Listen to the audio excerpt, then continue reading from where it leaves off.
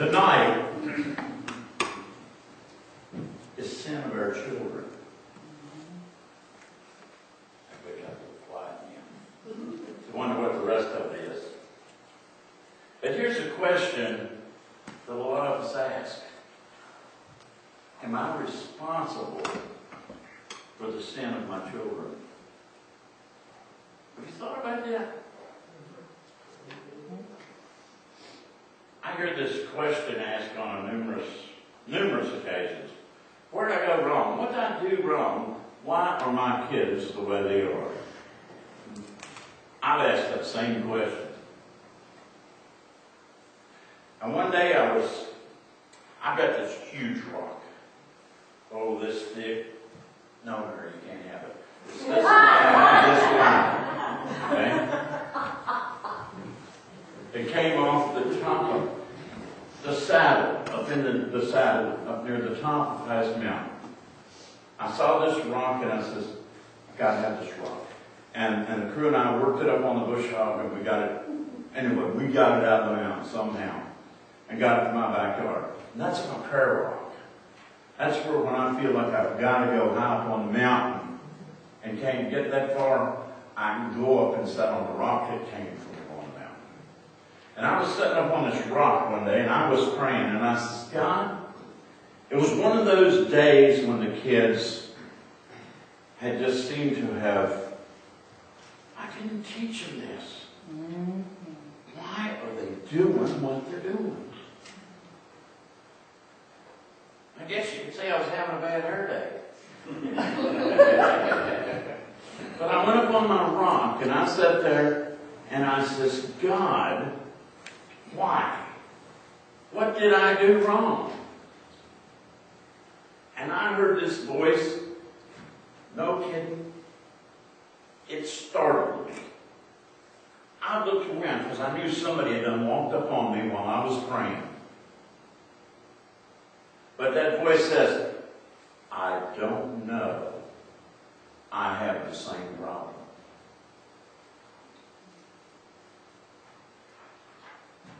And I sat there for a while and I got to thinking about it. God called the children of Israel His chosen people. And He worked and He worked and He worked. And they couldn't seem to get it right. And I'm sure that God the Father trained those children right just the same as He did with each of us. So, is God the Father a bad father because His children didn't do right? No. He trained His children just like we trained ours. My mother, way back when I was in fact, I think it was probably about graduation from high school. It was early Matt was white. Got into church. There was a white Bible, it had a white cover on it.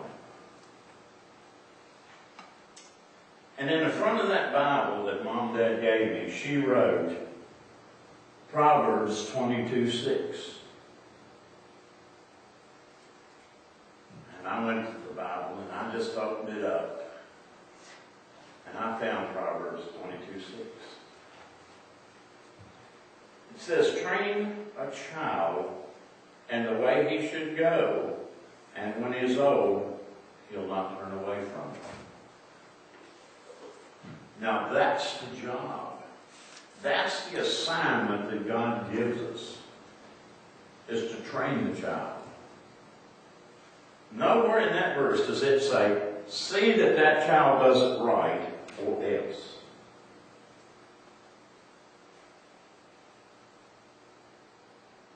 Does that mean that we're responsible for what the children do?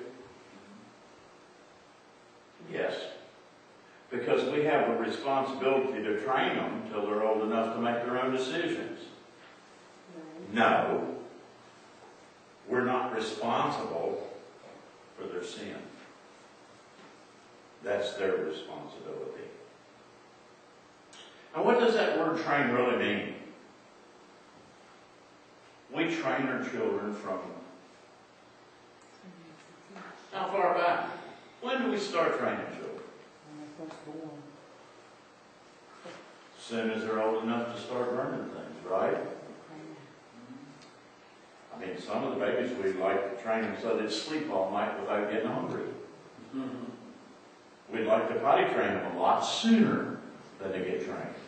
But we start training our children as soon as we can train them. We get them headed in a direction. We steer them. Something that best suits the child.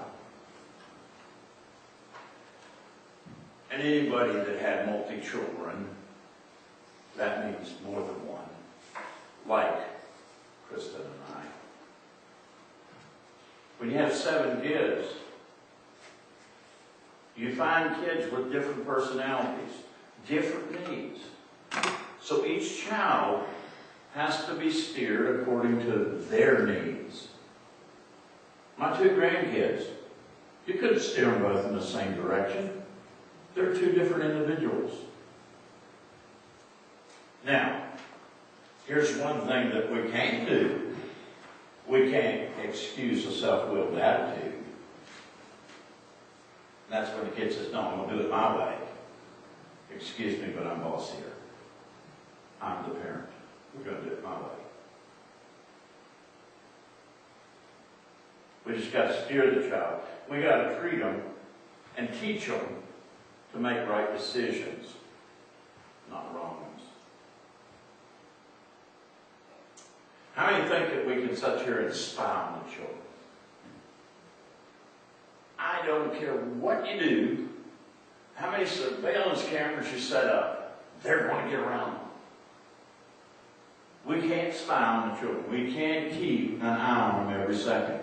And God's doing that. God knows what they're doing. We're human. We can't do it. We have to train the children to do what's right in their absence.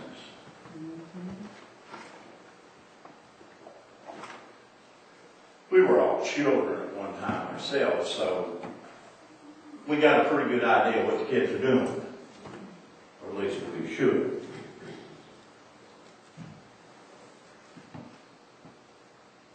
God had a problem with his kids. There was another guy who had problems. 1 Samuel, chapter 8, verse 1 to 5. There's a prophet there. His name is Samuel. And this says that when he got old, that he appointed his sons as judges for Israel. The name of his firstborn was Joel, and the name of his second was Abijah. And they served at Beersheba. But his sons did not walk the ways. They turned aside after dishonest gain and accepted bribes and perverted justice. So all the elders of Israel gathered together and came to Samuel. And they said to him, "You're old, and your sons do not walk in your ways. Now appoint a king to lead us, such as the other nations have." Israel had judges before they had kings. And these judges, when there's a problem, they went before the judge, and the judge made a decision, like judges do now, on what's right or which one was right, who was wrong, how it should be. And Samuel was a very, very, very honest guy. And here he had 2 sons that were appointed to take his place. And right here in the scripture, it says that they were crooked. Dishonest gain. They accepted bribes. They have perverted justice. So in other words, everything that their dad taught them, they threw away. It doesn't really say there in those verses that Samuel was a bad parent. It doesn't say that. But it does say that his sons were of a mature age, that they could go out and be judges. So if they could be judges and be mature, that relieves Samuel of his parental responsibilities. It doesn't mean just because that we're not responsible for our children that it don't hurt when we see them do things that are wrong. It also don't mean that we beat yourselves up over the things that our children do or our grandchildren.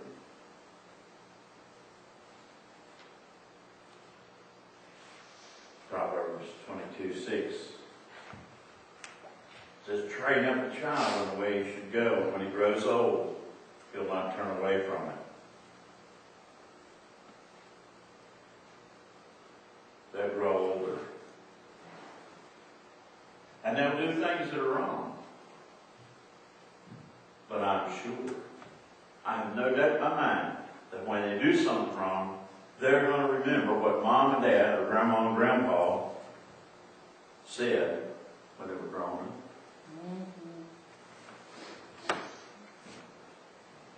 And no doubt there are adults in the room tonight that have sowed wild oats and came back to the training that their parents had.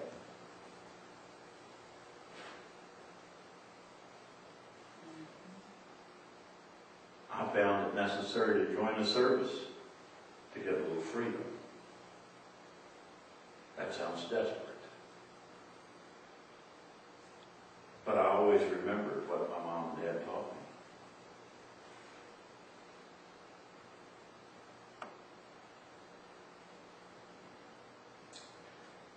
I find no verse in the Bible that says that the parent's going to be punished for his child's sins. You got to train your child. I heard a pastor just this past week talking about how his parents trained him. He said, I was drugged. He said, my parents drugged me. They drugged me to church every time the door was open. Kicking and screaming sometimes, but they drugged me to church. And they said, now look what all that drugging did. I'm a preacher.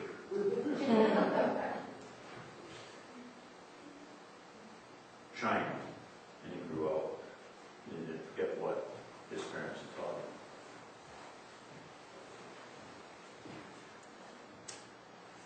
Children don't have to like everything that we tell them to do. And as parents, sometimes some of the things that we have to do, we don't really like to have to do. But we've got to train them. And I'm sure that you've heard time and time again, some child says it's my mom and dad's fault I'm the way I am. What a cop act. Now there's some parents that didn't train their kids, and I'm sure that makes them at fault. But good or bad, parents are going to get the credit or the blame. You've just got to train them, whether it's grandchildren or your children. And sometimes we have to just meddle into our adult children and say, I'm here if you need me. They're still our children. And we still care about them.